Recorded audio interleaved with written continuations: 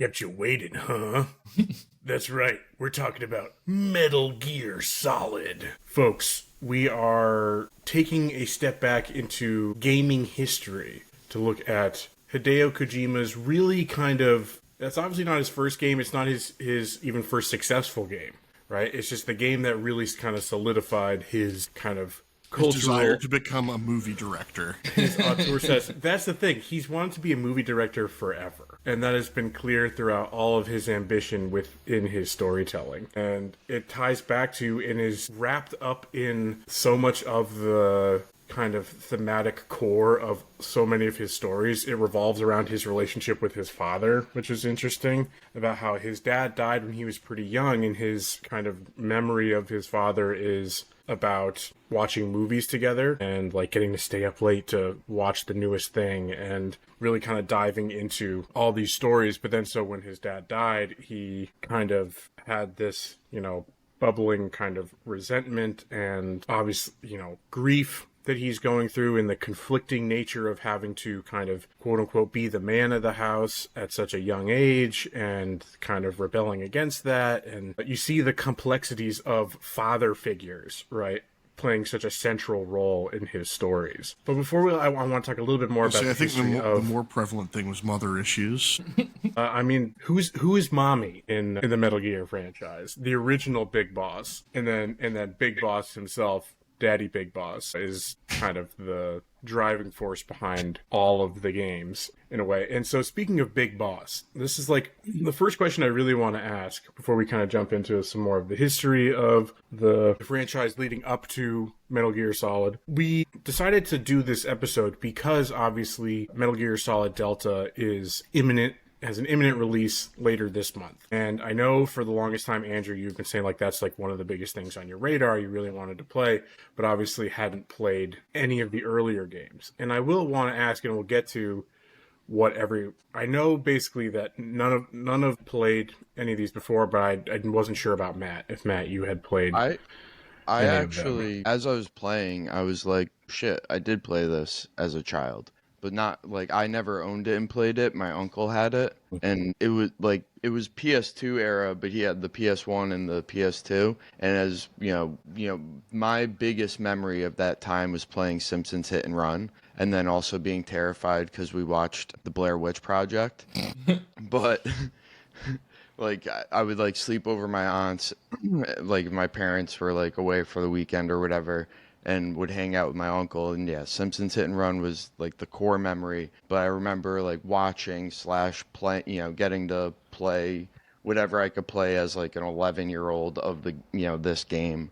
Was one of his favorites to just, play on repeat. But yeah, I was like, shit, I do remember these polygons. Metal Gear is definitely an uncle game. As much as dads play a huge part of it, I do feel it is an uncle game. But my actual question was, Andrew, how has playing this game impacted your desire to play Delta when it comes out? Has it increased your interest? Are you a little bit more hesitant to maybe play through the rest of this and Metal Gear Solid 2? Or are you going to just jump into Delta? Because it is technically the prequel, you don't really need to play 1 and 2. So I will not be playing 2 in the current state, but my excitement for 3 and Snake Eater Delta has only grown through this experience, because there is like so much about this that I love and really appreciate, that I am immensely excited to see in a more modern presentation, control layout. Getting rid of the jank but giving me all of the Hideo insanity is something I am just like, I hope the marketing has all been lies and that you're going to open it up and it's going to be a 1-for-1 just pixel remake of... well here's the thing. I think what you're maybe most going to get is an updated control scheme, because I think it is essentially a 1-for-1 shot remake. They're using this, as far as I know, they're using all the original like voice recordings. They're not redoing any of that. Well, yeah, they probably had 87 hours of voice recordings. They're not gonna... The only things that they're gonna change really are control layouts, and it kind of is similarly related. There's the bit of the jank of going in between first and third and then to first person viewing mode, and I've seen somebody mention that they're making that a little bit more seamless. that there was a little bit more, there were more hoops to jump through to do it in the original Snake Eater. But I expect there to be still quite a bit of jank, for it to still feel very much of the era it was made. But potentially. However, it is entirely like new graphics, and the physics are going to not be like the annoying running into the wall and going back against a surface, or like, it's really just the movement part of it that I know will feel better. And that's really the jank I care about, is just like the movement is so annoying. And tied to that, I hope you have some extra camera control. Yeah, exactly. And I think they are doing that. Era of games. That you also issue just with have that a era. right stick now. Yeah, but even some games of that era, even the original God of War games, like those came out of an era where you had a right stick and you still had no camera control. It was still fixed cameras, and that fucks me up more than anything. I've just been, so conditioned. We need to go back to fixed cameras. Gaming has become too easy for babies. No, because my argument isn't even the difficulty that it adds. My argument is that it makes you just look at the map when you're doing anything, and then you're not actually playing the game. You're just watching a dot move around a map, and that sucks. Which was like original video games. I mean, we played Asteroids back in the day. So, but I do agree with that, because you're just looking at the map and watching for where because it even tells you where the AI looks. The vision cones. Yeah, so you're just tucked in. On top of that, the other improvement that I'm excited for is for the sex appeal. This game, MGS, is a very horny game, but it's all angles. People don't even have facial features. Half the characters don't have a nose, so the visual sexiness doesn't really come through, and I'm excited for some of that. I don't know why he just dropped. He was moving around fine. Maybe we froze on his end. I remember looking into, this sounds bad, looking into the horniness of the original Metal Gear. I wasn't doing those kind of searches, folks. You gotta believe me. But people were not an image search. People were getting so hot and bothered about when Meryl was first introduced. They're like, they show her ass. And I'm like, maybe they kind of censored it in the Master Collection, because I looked at it and again, I'm just like, it's a polygon, who's, fully clothed, maybe doing, sit-ups or pull-ups or something, and in her jail cell. No, it's the specific scene when she walks away and her hips are shaking. Yeah, right, there's a love that later on where he's it's like how I knew you were a woman. Yeah, I knew you were a woman. Your hips, yes. Wait, you got those childbearing hips. I did want to talk about that, because I thought it was funny that they're like, we knew you're a soldier because you're hot and we're not gay, so you must be a woman. That's their logic for discovering her. But yeah, they do have the love the way you leave shot of her ass just kind of wiggling as she sways out of the room, throwing off some jiggle physics. But apparently Snake Eater has some of the true horniness. There's he froze for real this time. Yeah, he did. Yeah, fuck. But the horniness is between Naked Snake and the real big boss. They're behind a waterfall and they fuck behind a waterfall, and it's the sexiest a game could ever get away with in that era. So I do think the horniness levels are gonna go through the roof. But we all know that Kojima is a notoriously horny guy. I wasn't surprised. I just found it so funny how aggressive some of the dialogue is for just the visuals of the game. Because to your point, everyone's fully clothed in every scene, regardless of the polygons. They are all covered in tactical gear, head to toe. There's no quiet from Phantom Pain, who has to basically be naked because she breathes through her skin. So he gets more and more unhinged as the series goes on. Because I would have said, he's horny in this game, but it's largely in good taste. It's mostly. And if you think about for the time, you can kind of apologia for that. But I think why people were so horny for this game is because, again, you have to think about, at the time, the PS1 was revolutionary. The level of fidelity that was possible for people were seriously stroking it to the polygons. Yeah, they were. They definitely were. However, when I was like doing this was an era where people were stroking it to like the glitches of like a boob on fucking like cable TV or like satellite TV, you know? It might as well be a polygon. Within the static, yeah. As I was like going through and doing my like little bit of research on the history of the series and of Kojima himself, I was looking at some of his earlier games.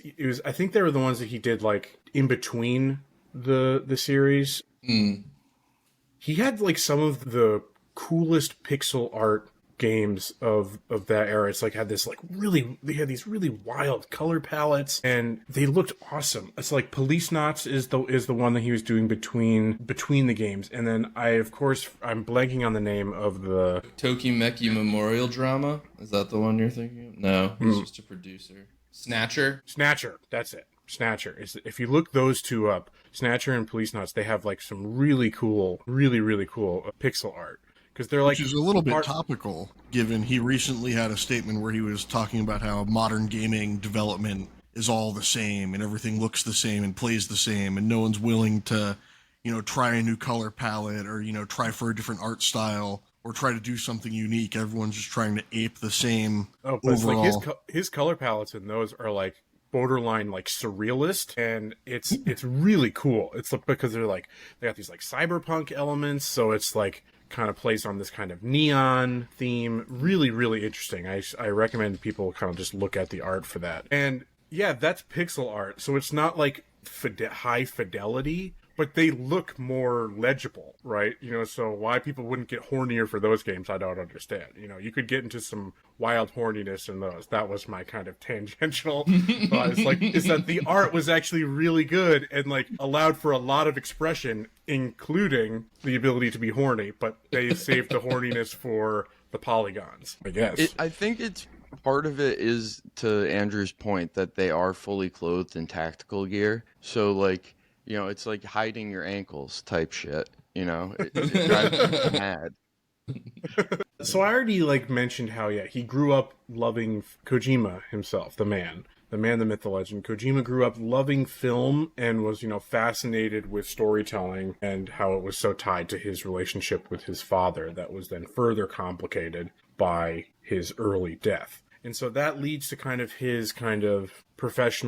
his own professional development. He's faced with kind of the realities of and rebelling against the realities of having to kind of be the male figure in his household, in a traditional Japanese household of the I would era. just like to point out your point that this is an uncle game. The early death of his father, just even lends to that, that being an uncle. Yes.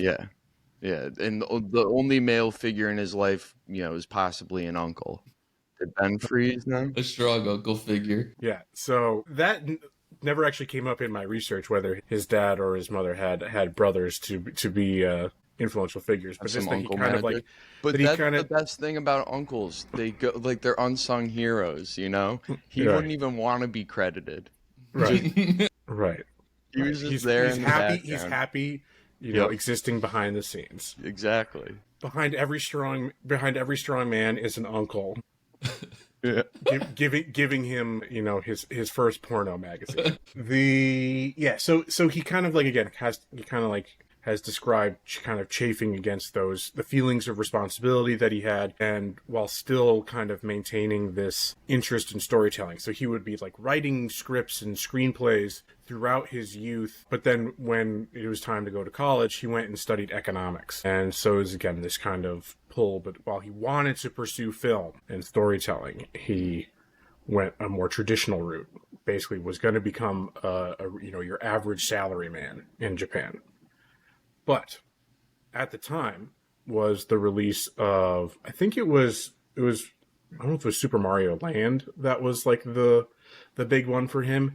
It was just like video games were exploding at that time when he was in college, and it was just his exposure to this kind of burgeoning medium that said, okay, maybe I've missed the boat on becoming a filmmaker, but I see ways that I can tell stories in this new medium that is just starting to get competitive versus the rigor of competing in, Hollyweird and the movie making business, that he saw a potential in. So like when he graduated, he applied to Konami, and he applied to Konami because they were like the only ones hiring. So he applied with the intention of getting assigned to the NES team, because that was his touch point into gaming, was the NES, or the Famicom, right, as it was in Japan. He, however, was assigned to the MSX home computer division, which was much more severely technically limited.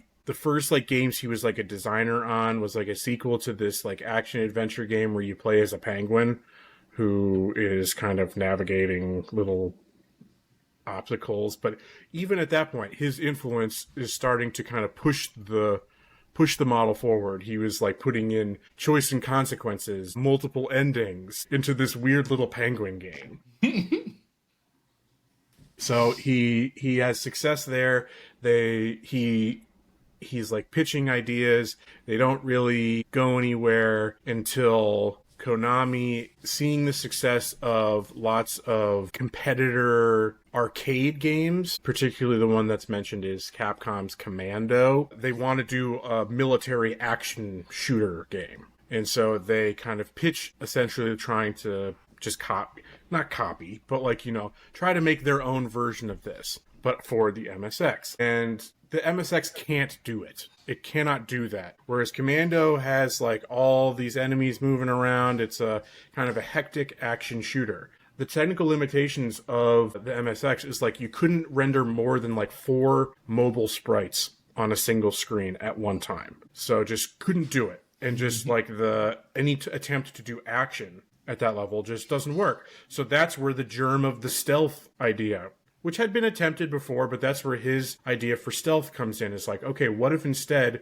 we do a military action game where the ideal or the goal is to try to avoid conflict, that you are navigating polygons. Well, at this level, it's just pixels. It's just pixel graphics. This is all 2D top down.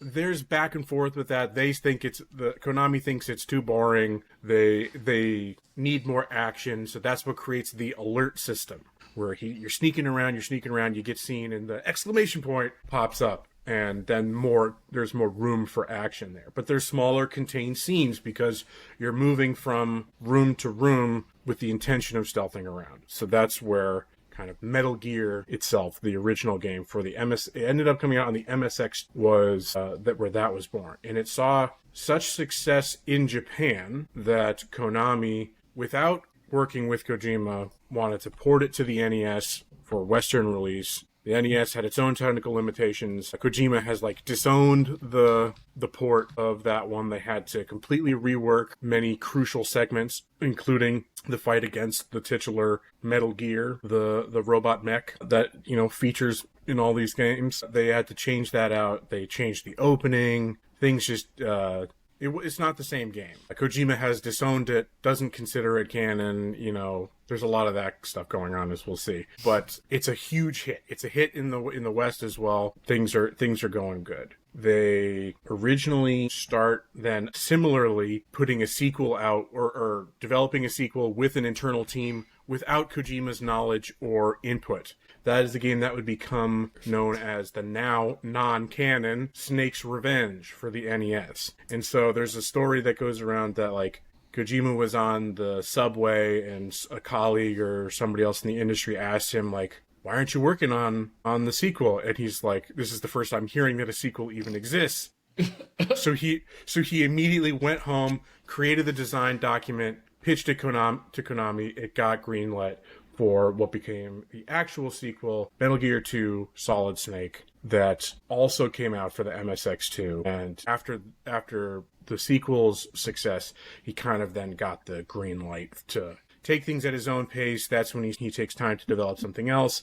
They let him come back to Metal Gear when he's ready, and that is when they make graphics, new engines. They originally thought Metal Gear Solid was going to go for the 3DO system that was promising huge technical leaps that never panned out, so it got, blown out of the water by the PS1 less than a year later, so they switched to the PlayStation, and the rest is history. Panasonic, baby. Yeah, Panasonic 3DO. Yeah, so Mike touched on it already. What is everybody else's history with the series? Like, I can say for myself, I had very little. PS1 I was not allowed to have a console during that generation, so missed me by. I put some time into Metal Gear Solid 5, but not much more than a couple playthrough starts that just got dropped because other things were more pressing for my gaming agenda. But this is the first full Metal Gear Solid experience of mine is playing.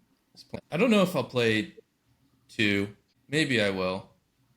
It is a PS2 game, so some of my issues are probably gone with that, but really enjoyed this playthrough and very excited. You got to play Metal Gear Solid 2 because that's a new main character that introduces Raiden, and then you pivot that into Metal Gear Rising: Revengeance, where he becomes a cyborg ninja. Play as cyborg Raiden, yeah. So that actually is my first introduction to it. Was in college. One of my dorm section friends who was lived across the hall. I just remember it was basically the policy on our dorm floor was always, unless you're doing work, doors stay open basically during the days. We were all friendly, everyone coming and going, just hanging out. And so he's just one day he's got his door open and he's playing this wild looking game on his PS4, and it's just doing these cool slices against these bosses and trying to get these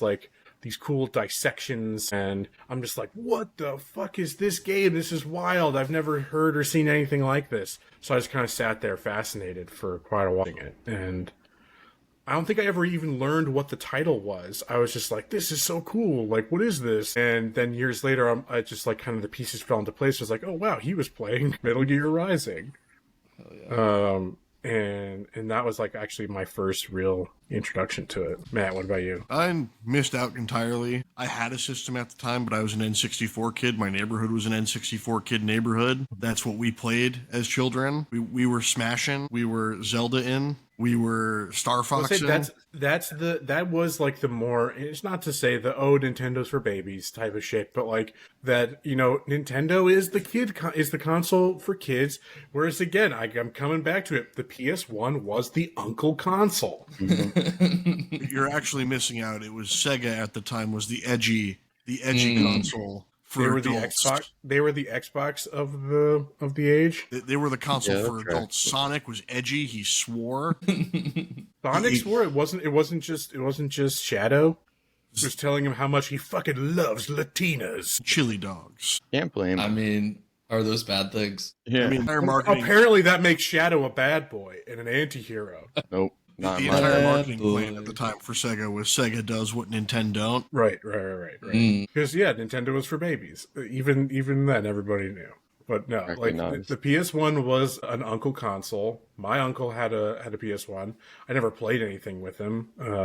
Didn't have that kind of relationship with that uncle. Sony always had an interesting gimmick, air quotes. So the PS1 also played CDs, so it allowed you to play music. The PS2 was also a DVD player, so it was one of the cheapest ways to play DVDs at the time. The PS3 was a Blu-ray player, so they always had a multimedia because Sony is a multimedia company who wants to sell you their Blu-rays that they were the ones that proprietarily made, that killed out HD DVD at the time, or they were See, I learned from the educational film Tropic Thunder that it was actually the fact that porn went Blu-ray instead of HD DVD. That's the reason. It's whatever side porn backs is the one the industry leads. Thank you, Jay Baruchel, for teaching me this. So you have to remember, in the 90s, Sony had made the transition from the Walkman to the Discman. So they were trying to find more ways to get you a downgrade, in my opinion. Well, that you walking around with a CD player strapped to your hip that's constantly skipping, whereas cassette, you have full functionality wherever you're going. That was always the problem with CDs, is that anytime you have a spinning disc, it needs to be stationary. Which is why you buy a PS1, you can play your CD through your TV speakers, or if you were Uncle Magic of the time. Yep. You'd have your giant, super expensive sound system hooked up to your 22-inch box TV. Or your fucking, like, 50-inch gigantic box, like, fucking... It weighs like 600 pounds. Yeah, internal projection TV. Yeah. Which I'm pretty sure is how I watched my uncle play Metal Gear Solid. Nothing like blowing up a PS1 game to like 3 pixels per inch. It was the same as playing fucking Metal Gear right now. How dare you? This is a lovingly retouched remaster. You have the option to add borders to it. Can you touch on what was the controversy with the release of the Master Collection? I remember people weren't pleased with it, but I'm like, to me, it's like this looks like all like in the most loving terms possible. This looks like the same level of shit as I was expecting. You know, I think people were expecting it not to be just the PS1 graphics with borders around it. They were hoping it'd be stretched to widescreen or upscaled in some way. Yeah. And, okay. Well, the way you're supposed to play this is on Switch. Wasn't there also controversy around like how you get the game but then have to download a bunch of different, like, wasn't that part of the controversy? Is like, if you have this physically, it's not all on the disc. That's another reason why you buy the Switch version, because the Switch version's on cart. Is all on cart. Is it though? I know the Switch used to love to do, here's a collection, only the first one's on cart. The other 2 are actual downloads. Yes, but that was usually for slightly newer games that weren't. They love doing that. Literally 2 gigabytes in size. Yeah, true. Very true. Because when I went to download these, I was sitting there, I was like, oh, I'll download all of them. It was like 1.8 gigabytes, 3.4 gigabytes, 4.4 gigabytes. I was like, oh, don't tempt my internet with a hard time here, sir. Pick up all my storage, Kojima. Jeez. Have a little consideration for my COD machine. I went through and deleted Doom and Doom Eternal off of it. And I was like, oh no, look at all the space I just freed up. Yeah, because you have to download each individually from the Master Collection, I'm not certain if they're... I don't remember if they're on disc or not. Or at least more. Did you buy this physical? I have it physical, yeah. I got it on sale. I have it physical for both Switch and PS. Sicko. Starting our museum. It's all just going towards the future museum. Okay, so this is, for the most part, all of our kind of first experience playing Metal Gear Solid. At least. So what was everybody's... We touched on it a little bit here and there. The jank that Andrew... Again, I got my revenge early. I technically are... I've played through... I did it backwards in a way. I played Andrew's game that's coming up that was punishment for me, so I got my revenge. But he's got to actually talk about it first. I knew that, you were going to struggle with the jank, because it even got me. Like, this is not like a difficult game, right? The difficulty comes in fighting your instincts as a modern gamer. And I don't think you guys got that far, but like when you end up fighting Metal Gear Rex as like the first stage of the final boss kind of showdown, I died the most just because of weird depth perception issues. Like he shoots a laser across in this one move, and it's actually pretty easy to avoid, but then it's all about managing. He sweeps a laser across, and if you're close enough to him, it misses you. But then if you're close enough, he then does a stomp attack, which can squash you. So it's kind of managing that. Kept getting caught in one or the other, because it's just like, I can't figure out the depth issue, because if I go too far back, the camera zooms back out, or if I go in, the camera zooms in, and I have no control, and I just can't tell what the fuck was going on. So that took me a couple tries to get through. You let your vision get in your way. You're supposed to close your eyes and just let the feel of the game. Yeah. I have my gameplay footage recorded of this when I played it, I think last year. And I think I died in the opening section like 10 times because I figured, I'll figure it out. I'll figure it out intuitively. I don't need to look into the... I don't need to look up like a control scheme loadout or how to crouch, how to like... take these guards out quietly. Oh, you got to sneak up behind them, and you gotta rapid press circle. If you are running in hold circle, you do a throw instead, and square does something else entirely. Wow, I snuck through there without getting seen and not engaging them at all. I think you get a reward, at least. Maybe that's in later games. There's a reward for some if you don't kill anybody. There's a reward for not killing anyone. There's a reward for beating the game in under 3 hours. There's a reward so literally skipping the cuts. There's a reward for not saving. I got caught at least. I got caught at least once having forgot to save and getting fucked up and having to redo a bit. I think it was. I got caught a lot like that. I think it was in the first time you. See, this is how I know you guys don't play retro games, because in retro games you always be saving. You always be saving because you don't want to be going back. But here's the deal: in a lot of retro games, you don't get to decide when you save. Yeah, but this game had that, so always be saving. Right. I called Mei Ling quite a lot. I will say that. Yeah, but that was just because you like her. Maybe ulterior motives. Psycho Mantis did praise me for my save techniques. He made fun of me for dying a lot. Because again, that opening segment had it stacked against me. It is unfortunate. Like, you're not a very skilled warrior, are you? It's like, damn. It's very unfortunate that because of how one-to-one it is of the PS1 game, you don't get the Psycho Mantis part where he looks through your memory card. And it's like, I see you've played a lot of Crash Bandicoot. Yeah, he for me, he just basically said, "You're a blank slate." Yeah, it's because there's no memory card to search. It'd be really cool. It's not possible at all unless they used AI generative voice acting to have him look through and be like, "That's a lot of Hello Kitty Island Adventure I see on you." That's a lot of my femboy roommate you're playing.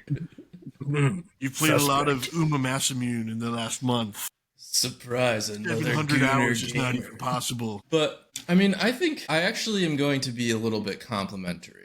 I expected to be more frustrated by the jank than I ultimately was. And well, maybe it's one of those, for a PS1 game, there's a lot of innovative ideas crushed into there that future games have, taken off of. So you can 100%. Look past some of the jank and then see some of the, like you were talking about, the guiding the missile section. That's Ratchet and Clank Visibomb gun sections, except, not completely dog shit. Enemies, seeing your footprints in the snow and following them, be like, someone's here. I must, check on that, rather than just, scripted pathing. And walking through a puddle and making them hear you. Well, yeah, there are a bunch of surfaces, like if you walk on a metal grate, they hear you. Huh? What was that? The AI of the enemies in this game is legitimately better than some modern games. Makes Assassin's Creed AI look like, I'm not going to say the word. You just said the gamer word, folks. It is really kind of embarrassing how with like such little memory that they're using to program AI that's that intelligent is really surprising. Like they're still PS1 era. Like you run them around a circle on boxes and eventually they're like, I've lost him. And then the alert goes away. Must have been the wind. This person that I clearly saw is clearly gone. I do like the AI soldiers, like some of them being like sick and having like a little sneeze, or the one section where they all have to use the bathroom. Yeah, it's Alaska. Yeah, they were all so much for being, genetically engineered genome soldiers. Yeah, you got fucking Liquid calls that out that they're not perfect. Right? Yeah. They're all degenerating. They literally all just catch a cold at the slightest. Yeah, I'd like to see you deployed in the northernmost portion of Alaska and not catch a sniffle. I want to see you shirtless like the Raven. There is some.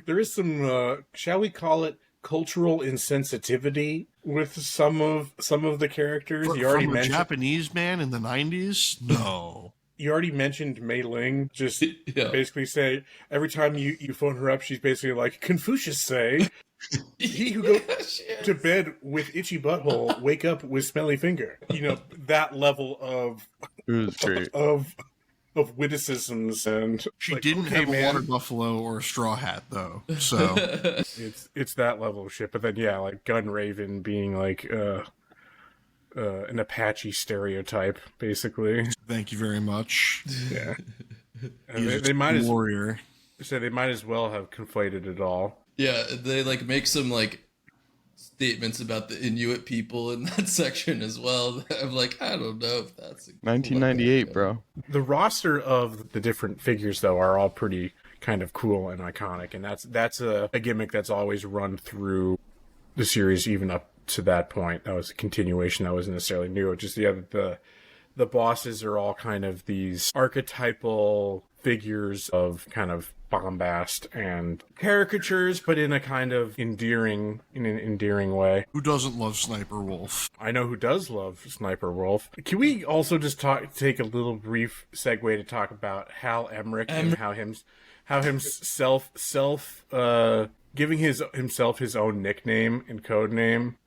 You never do that. Is like, you herb yourself out. He's an otaku. He's an otaku who goes to, anime con, so my name is Otacon. Call me Otacon. I love that they put a weeb in the game. Yeah. Which is hilarious to me because there are plenty of anecdotes of Kojima himself being kind of looking down on weebs and otakus. There's like this funny story of someone, it was like someone was interviewing him and was like asking, what would you think about doing a Metal Gear anime? And he then kind of Kojima speaks English, but always works through an interpreter. There's stories about people used to make fun of his accent, and he kind of took that personally, understandably so. And it's like, fine, you got to work through a translator now. Yeah, so he then had a slight word with the translator and just kind of pointed and laughed at the guy and just said otaku. I mean, I don't think this is a a positive take portrayal of the character. Yeah, I think he is being lambasted. He's this guy who says this were just defense. I'm wielding defense weapons. He's entirely confused about who he is. I defend that a little bit more without fully diving into the themes of the game, which is a discussion I want to have.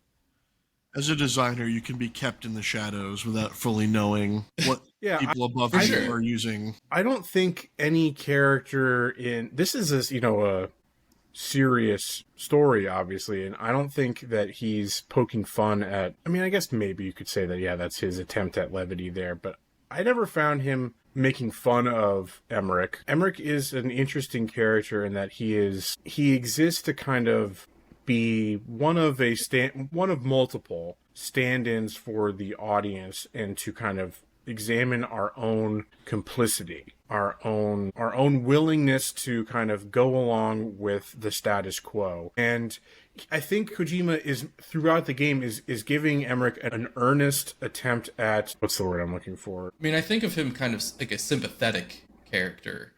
Yeah, but he's naive in a lot of ways, but he's trying to make up for that, and he's trying to he's attempting a redemption arc in a certain way that's why he decides to risk his life to assist Snake in the ways that he can, is to kind of break free from the cycles that he himself has let be perpetuated against him, his family, because he's got his whole family history with the nuclear program and all that's worth getting into. But yeah, okay. I agree 100%, but I do think that introduction to him is lampooning him. He does piss himself. Yeah. He does piss himself in a closet. But, okay.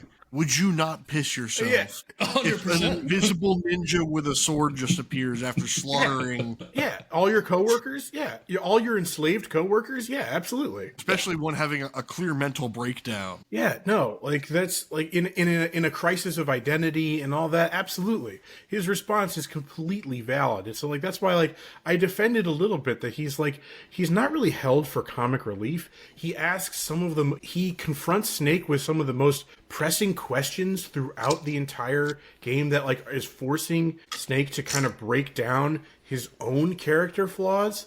So let's just, I guess we might as well now jump right into what are the major themes of this game. And nuclear war is good.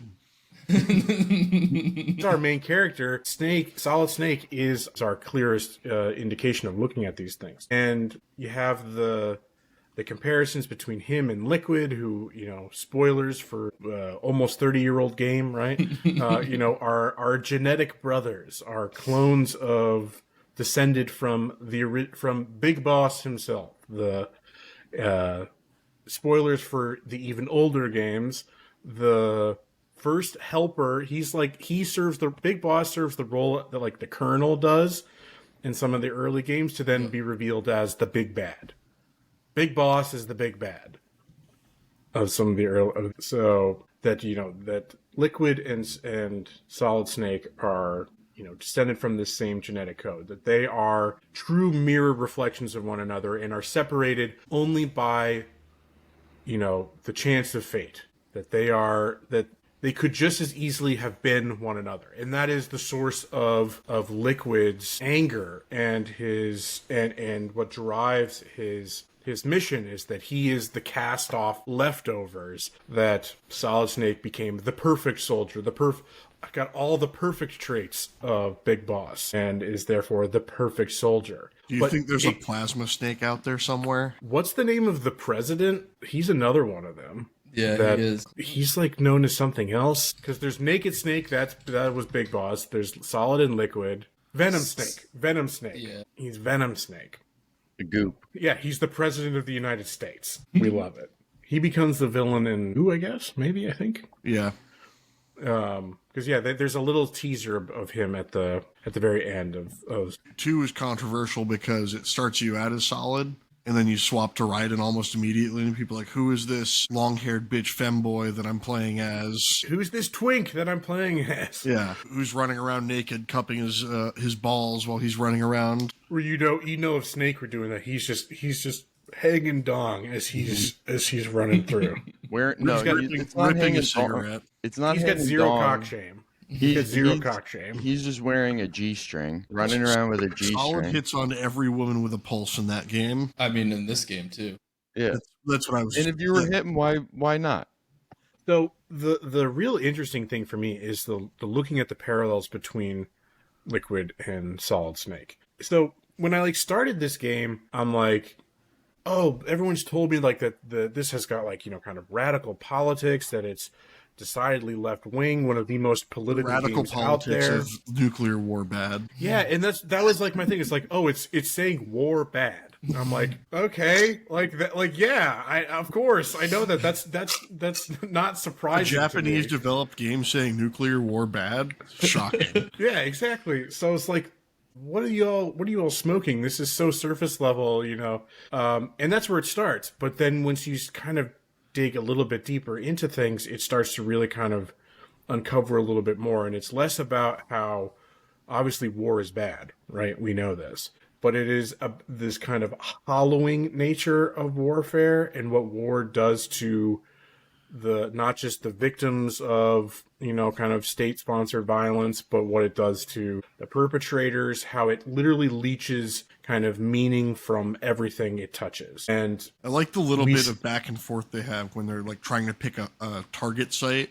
No, if we pick that site in Russia, that looks like an actual attack. Whereas if we pick this test site in China, they can wipe that off and say it was just a test failure and, lie to their people while their leaders, go back and forth about the truth behind the scenes. And so to my point, it's just that this theme becomes clearer when you're looking at the differences, the similarities and differences between Liquid and Solid.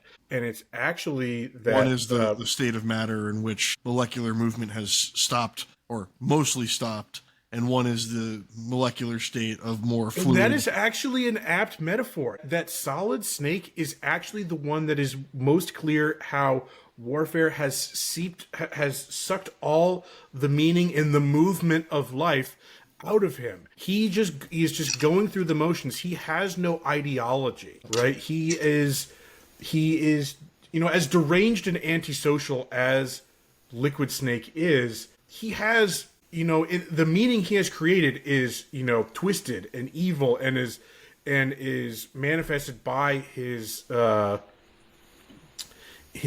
disdain and his I'm struggling for the words today. His feelings of betrayal from his own existence, and I was team Liquid Snake the whole way. This man knows what he's talking about. He's been the one that's been the most hurt. He's acting from a stance of heartbreak and pain. And he's continuing the cycle of violence, and he understands that he is compelled to commit these atrocities by the genetic manipulation that he has kind of undergone from his inception, but he will create meaning from the meaninglessness. It's bad. He's like, his drive is power and revenge and control, wresting back control from the forces that would see him be a tool. Whereas Solid Snake doesn't do any of that.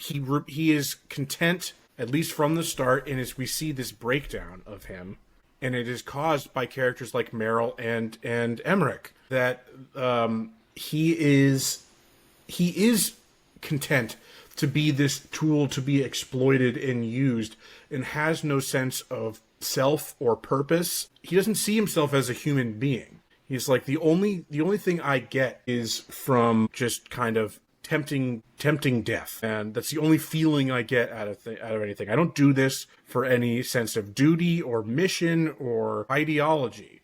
I do it just because it's what I'm good at and it's what I've been told to do. And yeah, there's no meaning to any of it whatsoever. He is, a complete kind of blank slate. So Meryl, Otacon, and then Sniper Wolf too is really kind of the turning point, is her death. But they force him to kind of come to terms with this emptiness that that constant war has kind of foisted upon him. And as well as his, he's understanding his own complicity and perpetuating this system. And I found it very interesting to see. And that's why, I kind of defend Emmerich, as he is not a joke character, besides, pissing himself at his very introduction. His role is very serious, and he's a lovesick puppy. He's got Stockholm syndrome. A hot woman took him hostage for a day, and he's fallen in love with her. The closest Whom's amongst us, hasn't fallen victim to that? They've been trapped in a woman's basement and will do anything to please her. Welcome to Bushwick. Yeah, I think the theme of identity and what kind of person you are is also comes through with that storyline and dichotomy of liquid versus solid. And you also see that in how each of the characters and their code names align with what they represent and their ideals. Ocelot is kind of a roaming sellsword who has just only his own motivations, and that's what drives his actions. You have the Sniper Wolf, who has a pack and does care to some extent and has this feeling of community, and it's kind of represented in her. And I think that's an interesting through line how all of your and then there's main characters. Raven, we could leave that one alone. I would just say, Kojima is not a subtle man, and this is not a subtle game, right? No. So that serves a purpose. No, it's not. It's not a subtle game. But Snake actually, at one point in the game, I think it's shortly after saving Emmerich, he has a conversation with the Colonel. I think it's the Colonel, or maybe. But he talks about how the mission and what they're doing is a game. And it's kind of this first view that you get of how he thinks about these things.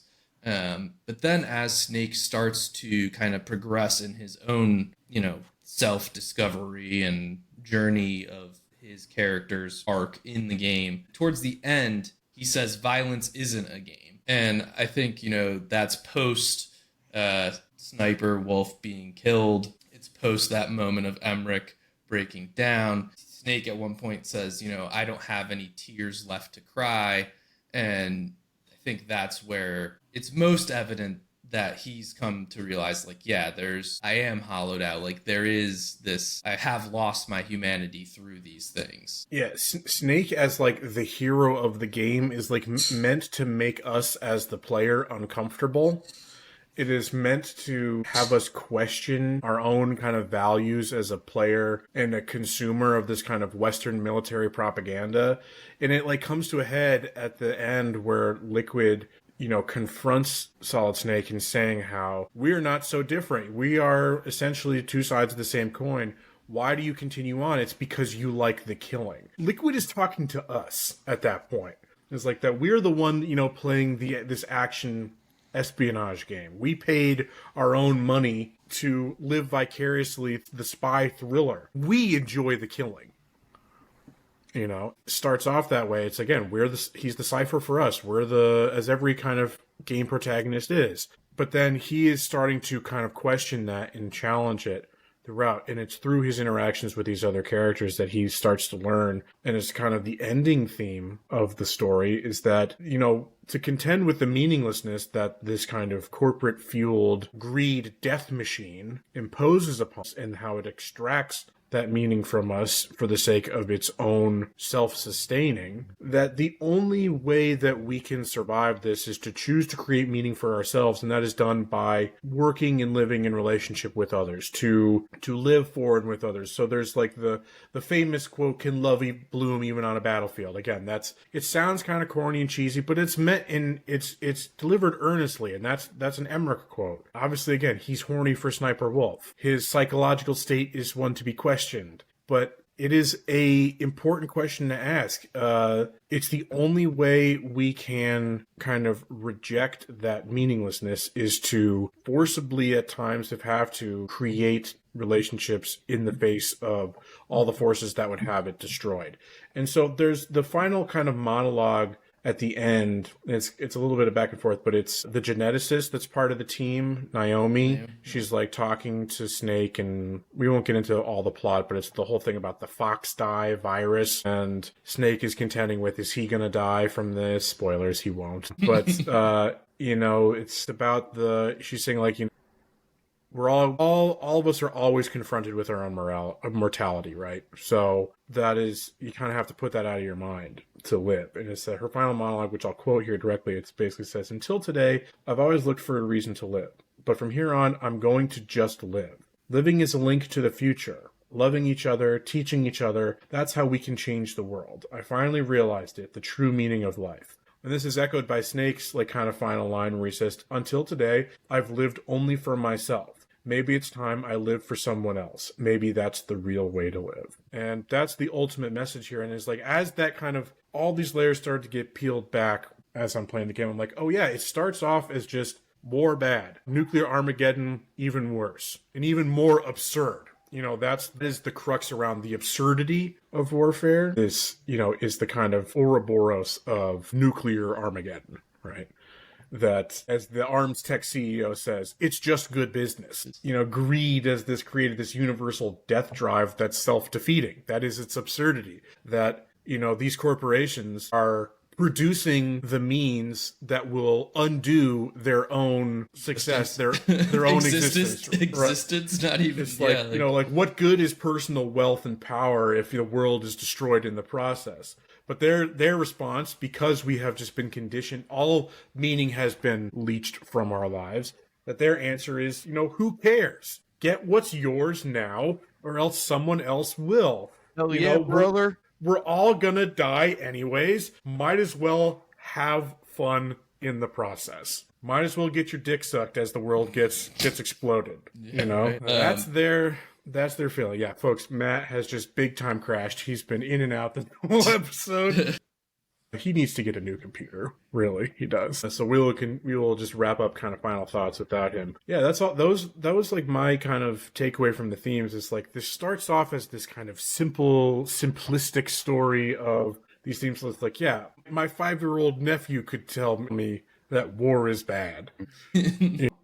Anyone with compassion. And so, like, it was just like, okay, this is not particularly deep or whatever, but then it just, like, it proves itself more and more well thought out and more engaging as the time goes on. And having played this and then played Death Stranding later on, I haven't played Death Stranding 2 yet. You see where Kojima still has these ideas moving around, and how he is really focused on this idea of kind of community and interpersonal meaning making in the face of tragedy, disaster, and all this. But the fact is, Kojima needs a fucking editor. This is the difference between him being a game director but still part of a larger entity to him being the head honcho, being the big boss himself. This is such a clear, more concise, more direct, and therefore more impactful story, I think, because he had some constraints upon him, whereas fucking Death Stranding dude has some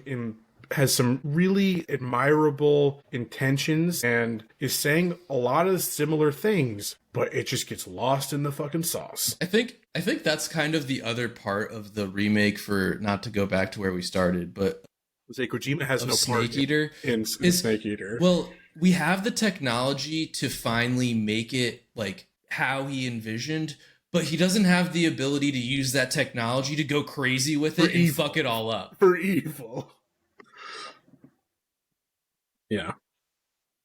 The other part that I will just add to that, and what you've said about the themes and messaging here, is I think there is a fairly persistent focus by particularly your morally centered characters in Emmerich and in Meryl and to some extent Mei Ling, where they all ask Snake about like his own interpersonal relationships in one way or another, and are like, he's always like, I don't have any, and they're all kind of like, no, you're sad and lonely. Yeah, I think you should change that, man. It's like, maybe I shouldn't idolize you. Maybe you're a bad guy.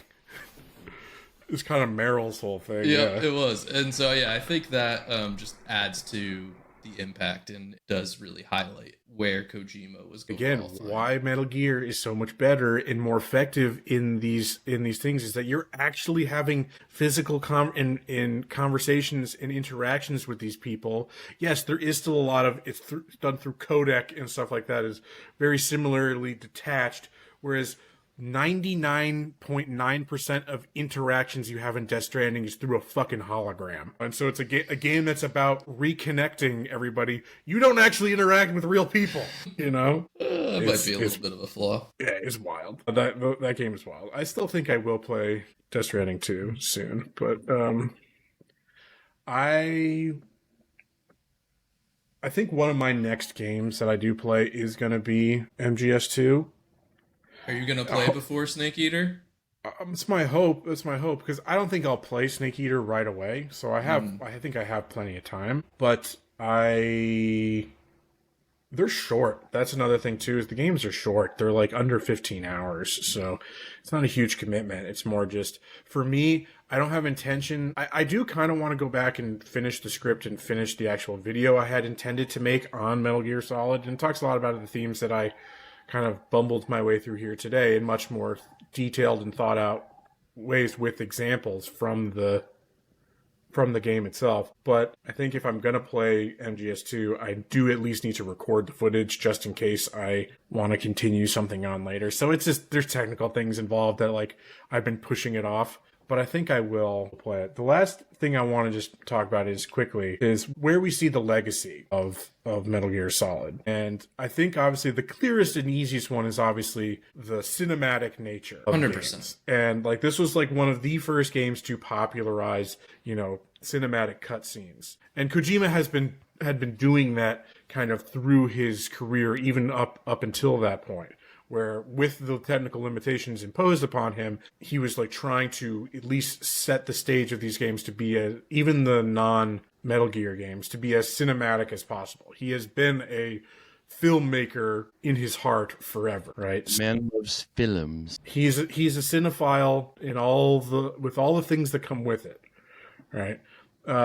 And so that's a clear one, right? Is the kind of like we wouldn't have Sony first party games like we do without Metal Gear. Yeah. But then the stealth genre, obviously. But where else do you see any other through points? I mean, the like whole use of the codec and using that to advance plot lines. Just you see using phones, various communication devices in games since then that I think work similarly. That I hesitate or doubt to believe were in games in a way like that prior to MGS. The cutscenes were really what just like jumped out to me. It's just like, this is clearly, for where games were in the 90s, such a different way of doing your plot. Like Doom, we're talking about, is a contemporary. Like Doom doesn't even have a story, more or less. And then this is only a couple years later, and you have 4.5 hours of cutscenes like within this game. That's almost half of the game. This is like it's like multiple Bond movies in one experience. You know?